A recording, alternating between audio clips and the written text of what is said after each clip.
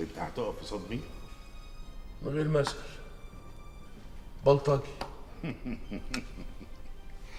المرة دي انا رجعت لك حبيبتك زي ما هي. المرة الجاية بقى ما تضمنش اللي هيتاخد هيرجع ولا لا. عارف لو قربت من ابني ايدك عن الباشا. اوعى ايدك. شيل عمرك الهدف ده من هنا. انت بره. اوعى. هطلع بس بكره هتعرف يا حسين دهشان مين فينا اللي هيسأل عن التاني. بره.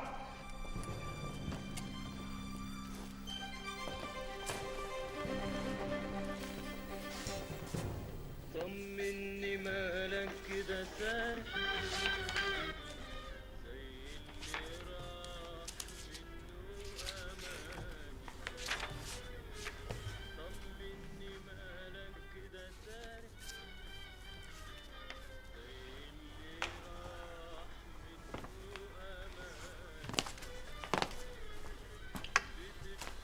بذمتك مش اي صورة من دول احلى من الماجستير اللي انت بتعمليه ده؟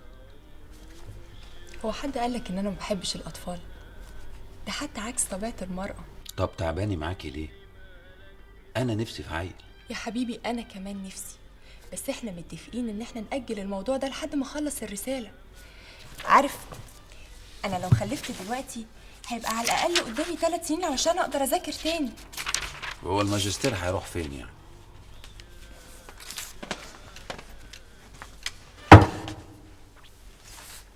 انت ما بتحبنيش ولا ايه؟ هو ده محتاج سؤال؟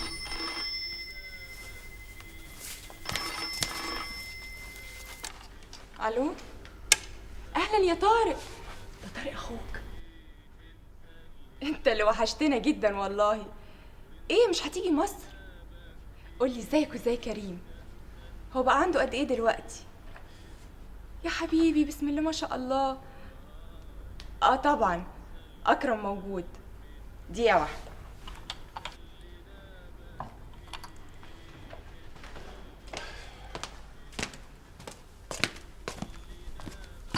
الو. ايوه يا طارق، ازيك؟ انا كويس، انت كويس؟ طيب، عايز حاجة من مصر؟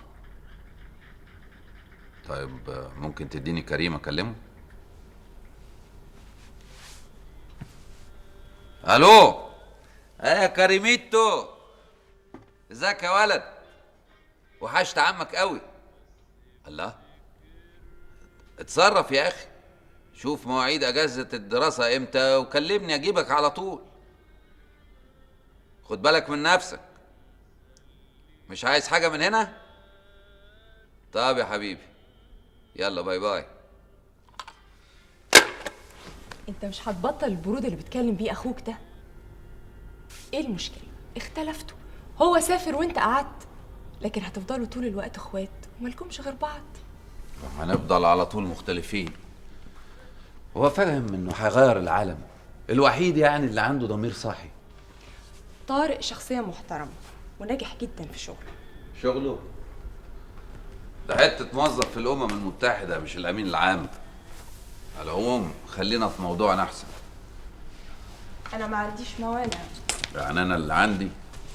لا يا حبيبي ما اقصدش، بس مش هيجرى حاجة لو احنا الاتنين كشفنا.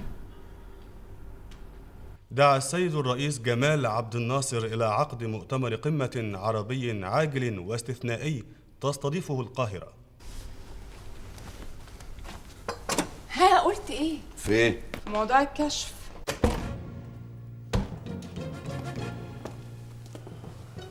طلبتنا محمود بيه. انت في ايه بينك وبين حسين الدهشان؟ حسين الدهشان؟ حسين الدهشان يا حبيبي، ولا هتعمل نفسك ما تعرفوش؟ لا نعرفه، بس يعني مفيش اتصال ما بينه وما بينه. انت راجل كذاب وندل وما يتمرش فيك المعروف ابدا. الله الله الله الله الله الله الله. اتاري بقى وقفة المركب والضرايب المتأخرة ده ما كانش عبط منك ولا كسل يا باشا. ولا باشا ولا نيلة يا حبيبي. شايفني باشا قدامك؟ بقول لك ايه، اكل عيشك لغاية هنا وقف عندي. كمال، ايوه الراجل ده تديله حسابه وما يجيش الشركة هنا تاني ابدا. اوكي. الله يسامحك يا محمود بيه. هيسامحني يا حبيبي، ده هيحاسبني اني سبتك كل الفتره دي عندي هنا في الشركه لغايه لما قفلتها، انت فاهم؟ خلاص اتفضل. الو. ايوه يوسف، ايه؟ تيجي؟ طب وماله يا حبيبي؟ طيب هبعت السواق يجيبك. ايه ماله يوسف؟ انا عارف، يمكن زعل مع عمه. بقول لك ايه، كلمت المحامي في امريكا. كلمته. قضية الضرائب بتحدد لها جلسة كمان شهرين. عاجبك اللي بيحصل ده يا عليا؟ عاجبك؟ انا قلت اجيلك لانك ست عاقله وبتحكمي بالعدل، بدل ما اروح لمحمود ونزعل من بعض. طب ممكن تهدي عشان اعرف افهم فيه ايه؟ بقى ابني يوسف، ابني يجي يقعد عندي ليله واحده، اصحى من النوم الاقي ابوه بعت السواق خده. انت عارفه كويس ان يوسف هو اللي طلب يجي عندك، يبقى اكيد هو اللي طلب يرجع. شوفي بقى ايه اللي حصل عندك خلى الولد يتقلب القلبه دي. هيكون حصل ايه يا علي؟ هيكون حصل ايه غير ان ابوه مسخنه عليا وبقول له عليا كلام الله اعلم ايه، الله اعلم بيقول له ايه. الواد ما بيستحملش يقعد عندي يومين على بعض. انت عارفه كويس ان محمود ما بيعملش الحاجات دي. وانا اللي بقول عليكي انك ست عاقله بتحكمي بالعدل. اللي خد مني ابني وسافر كام سنه هيصعب عليه يقول كلمتين يكره الواد فيا. وبعدين معاكي بقى يا نبيله، انت عارفه كويس ان محمود عينه دي ممكن يعدي الدنيا كلها لو حد لو دراعه، بس متهيألي ان انت كمان عارفه ان محمود ما بتطلعش منه العيبه، وانه بيعرف يربي ابنه كويس قوي. متهيألي ان اللي فيه كل الصفات دي مش ممكن يجيب سيره امه قدام ابنها بحاجه وحشه. امال بعد خدوا ليه؟ اسالي روحك. انا عن نفسي هسال محمود.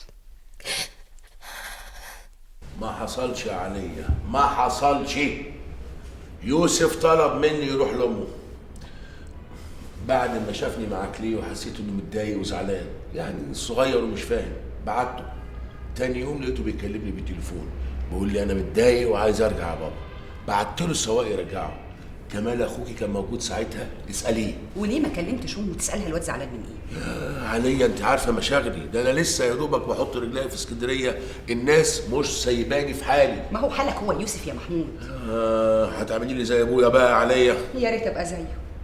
كل كلمه بيقولها بميزان حساس كأن حروفه دهب. انت بتعمل كل ده ليه يا محمود؟ يعني سفرك ورجوعك ومشاريعك مش عشان يوسف؟ طبعا. طيب لما يبقى ابنك بقى راح عند امه ليله وراجع زعلان، مش الاصول برضو تقعد معاه وتعرف هو زعلان من ايه وايه اللي جابه؟ اوعى تكون فاكر ان يوسف لسه صغير وما بيفهمش. الواد ساكت صحيح، بس اسم الله عليه حساس وبيلقط كل حاجه. عموما بص، بكره هو راجع من المدرسه خليه يعدي عليا. وعلى فكره في ناس متكلمين عن البت فاطمه جايين الجمعه الجايه ولازم تكون موجود. يا بابا طب ليه ما ترجعش ماما؟